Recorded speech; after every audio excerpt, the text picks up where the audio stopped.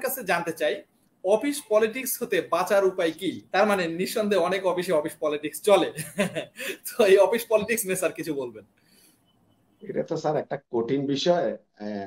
Office পলিটিক্সে বলতে এটা আসলে প্রতিটা অফিসে হয়তো এই ধরনের কিছু ঘটে, বা বাংলাদেশের সংস্কৃতি হয়তো আর একটু বেশি ঘটে এটা।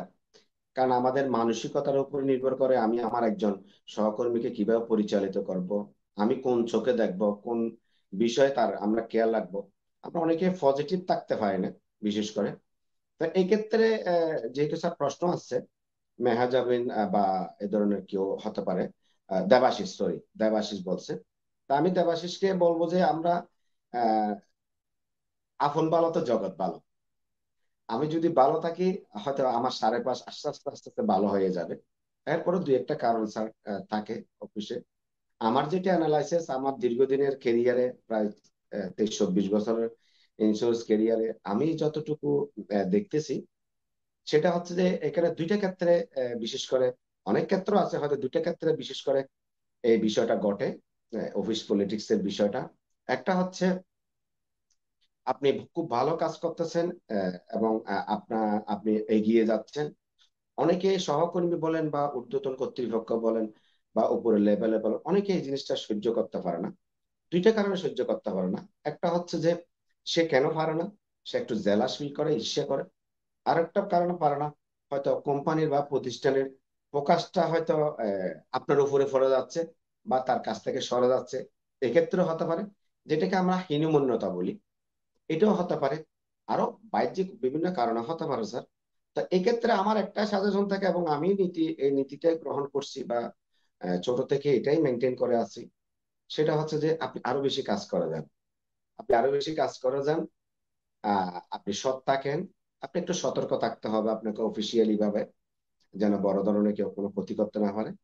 আপনি সৎ থেকে, আপনার কাছে আপনি সৎ থাকেন, আপনার কাছে যদি আপনি সৎ থাকেন, আমার মনে হয় না পৃথিবীতে আপনার ক্ষতি কেউ করতে পারবে। এরপরেও আপনি চেষ্টা করবেন, সতর্ক থাকতে হবে আপনাকে। আপনার কাজটা যদি আপনি আরো বাড়াই দেন, ফোর্সটা যদি আরো বাড়াই দেন, ফোকাসটা যদি আরো বাড়াই দেন, আপনি এমন একটা জায়গায় গিয়ে পৌঁছে যাবেন, হয়তো আপনার সমালোচনা করার, আপনার বিরুদ্ধে পলিটিক্স করার এই সুযোগে হয়তো তার থাকবে না, তার সুযোগে হয়তো থাকবে না। আমরা চেষ্টা করব আমরা নিজেকে এমন উচ্চতায় নিয়ে যেতে, যেন আমাকে নিয়ে কেউ পলিটিক্স করার সুযোগই না পায়। আমি এই ক্ষেত্রে স্যার আর কি বলবো। আরেকটা বিষয় এখানে আছে, সেটা হচ্ছে অনেক ক্ষেত্রে বস, আমাদের যারা সিনিয়র থাকে, তারা একটু ভয় পায় যে আমার জুনিয়র খুব ভালো করে উঠে যাচ্ছে, আমার কোনো ক্ষতি করে কিনা, বা আমার শেয়ার নিয়ে কোনো টানাটানি হয় কিনা। এই ধরনের কিছু ঘটনা স্যার আমাদের দেশে, দেশীয় সংস্কৃতি এটা গড়ে উঠে। এটা স্বাভাবিক, এটা প্রত্যেকের বেলায় হয়তো ছোটখাটো ভাবে ঘটা যায়। তা আমি এই ক্ষেত্রে যেটা বলবো, বস তো এটা করা কখনো উচিত না। কারণ তার সাবঅর্ডিনেট যত ভালো কাজ করবে, সে তত বেশি ভালো করবে, তারও ভালো করবে। কিন্তু অনেক ক্ষেত্রে হীনমন্যতায় আমরা ভুগি।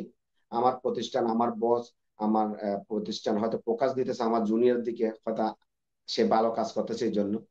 তা এই ক্ষেত্রেও আমি বলবো, আপনি এত বেশি ভালো কাজ করেন যেন আপনার বসও এটা চিন্তা করার আহ, বাইরে থাকে যে আপনি কোথায় চলে যাবেন। আপনাকে বড় হতে হবে, আপনাকে কাজ করতে হবে। দিন শেষে প্রতিষ্ঠান কিন্তু আপনার কাছ থেকে কাজটাই বুঝে নেবে, যে ভালো কাজ করবে তার পক্ষে প্রতিষ্ঠান থাকবে।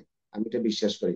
হয়তো দিন শেষে বছরও ভুল ভাঙবে, সে মনে করবে যে না, আমার এই সহকর্মী খুব ভালো কাজ করার কারণে আমিও বড় হলাম, আমার চেয়ারটা একটু এক ধাপ এগিয়ে গেল, আমার পদবিতে হয়তো একটা এদিকে গেল। তবে আমার সবচেয়ে যেটা পরামর্শ, এবং আমি যেটা ব্যক্তিগতভাবে মেনটেন করি, সেটা হচ্ছে আমি ব্যক্তিগতভাবে যদি সৎ থাকি, এবং আমি যদি সঠিক কাজ করি, আমি যদি আমার সহকর্মী, আমার ঊর্ধ্বতনের কোনো অসম্মান না করি, কারো ক্ষতি না করি, আমি আমার কাজটা যদি খুব ভালোভাবে করা যায়, আমার ক্ষতি কেউ করতে পারবে না, যেহেতু আমাদের সৃষ্টিকর্তা তা আছে, উনি দেখতেছেন আমাদের সবকিছু। জি, ধন্যবাদ স্যার।